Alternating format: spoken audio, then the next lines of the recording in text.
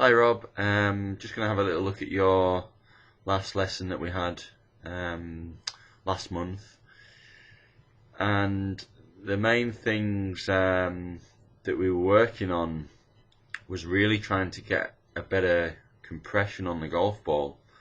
Now when we look at your setup, I think you set up to the ball really well, apart from one thing, which is the ball position. And basically you have the ball a little bit too far back in your stance relative to where your sternum is. Okay, I think this was a 6-iron that you were hitting, and that ball is just a touch too far back, so you can see how your head is actually slightly in front of the ball when you set up to it. Okay, so what I would like to see is the ball maybe just about 2 balls further forward in your stance, which would be more where that red circle is, which in turn would put your head slightly behind the ball it's set up, and would result in the shaft not leaning forward quite so much, so it would result in the shaft in a more neutral position. Now because you're so far in front of it to start with, what you'll notice is that as you swing, the head has a tendency to move slightly to the right in an attempt to get behind the ball, but we still don't really get behind it enough. Okay, so there's still the majority of your body is still in front of the ball at the top of your backswing. Now the other thing is here that that left arm is a little bit too stiff, it looks a little bit too straight, and I'd like to see you just try and relax that a little bit more. Alright, now from here what happens is as you move forward, you kind of lunge ahead of the ball, so your head and your body get too far ahead of the ball on the downswing, and as a result the right arm gets a little bit disconnected from the body. So you can see all this space in here where there's a big gap between the right arm and the body. Now what happens is when you get the body that far ahead, and you kind of have to do what you do, because you're basically trying to widen your downswing. If that right arm remained tucked in to the body, which is what we'd like to see, the downswing would basically be too narrow and we tend to come down too steeply on top of the ball. So you kind of have to do that in order to give yourself some width.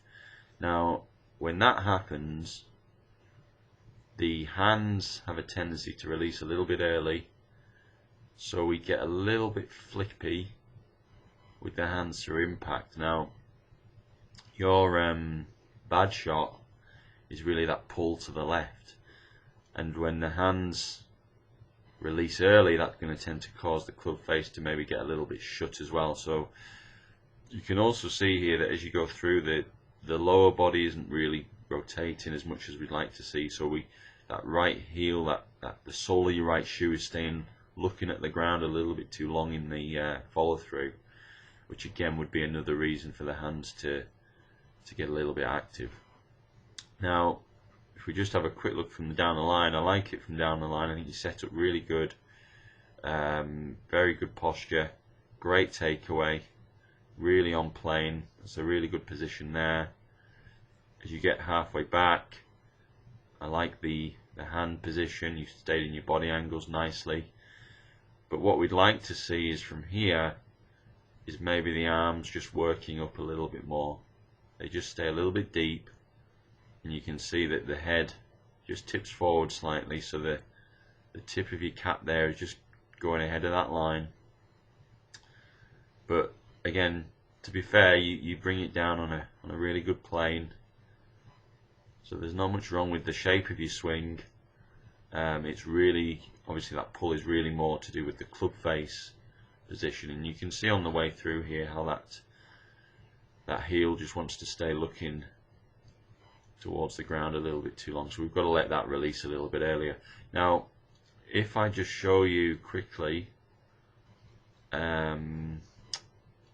someone I'd like you to emulate really in your setup and your swing, just in rows, you'll notice that when he sets up to the ball, the shaft is in a much more vertical position as opposed to leaning forward so much, and he looks more behind it. Now if we take him to the top of his swing and we compare that to yourself, you'll notice that the majority of Justin's body is behind the golf ball, okay? Whereas I would say the majority of yours is probably in front of it. Notice also how the left arm doesn't look as rigid, it doesn't look as stiff, it looks a bit more relaxed, so he's able to get a little bit more length to his swing. And then as he comes down, his lower body moves first, the right arm stays connected to the body, which allows him to retain the right wrist angle. With you kind of move ahead of it, and the right arm gets disconnected.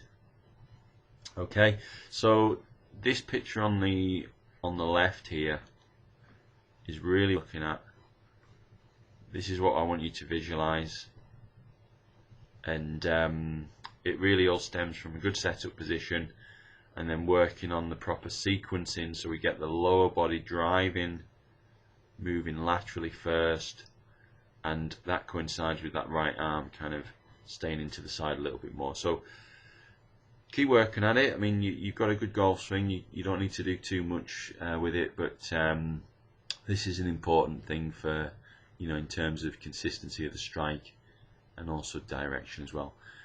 Okay, Rob, I hope that's all clear to you. Any problems, just give me a shout. Cheers now. Bye.